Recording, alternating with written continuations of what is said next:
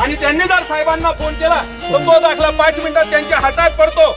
म्हणजे आमच्या सर्वसाधारण जो कार्यकर्ता आहे, सर्वसाधारण जो व्यक्ती आहे, त्याने दाखल्यासाठी तुमच्यापर्यंत यायचं नाही का साहेब? असे अनेक प्रकरण आजही आपल्याकडे पेंडिंग आहे, त्या माध्यमावर रोष नाही, परंतु आमचे जे जमातीचे दाखले आपल्याकडे आजही पेंडिंग आहेत ते दाखले आम्हाला तात्काळ येथे निर्गमित व्हावेत। त्याशिवाय आमचा जो ठिय्या आहे तहसील कार्यालयातून हटणार नाही साहेब।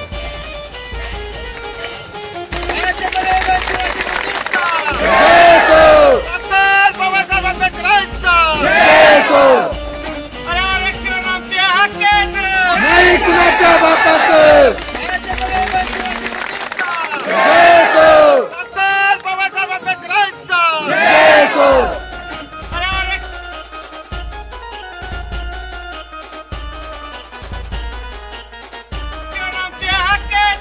नाही कुणाच्या बापाचं। म्हणजे आमची जी स्टेट आहे जेव्हा उपोषण झालं उपोषणामध्ये दिले तर आता द्यायला काय हरकत आहे तुम्हाला?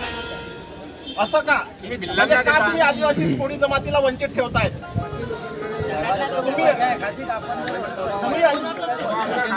कोणाच्या प्रेशर असेल साहेब आम्हाला नाही झालं तर आता पुढची निवडणूक आमच्या हातात नाहीये, आपण लक्ष ठेवा।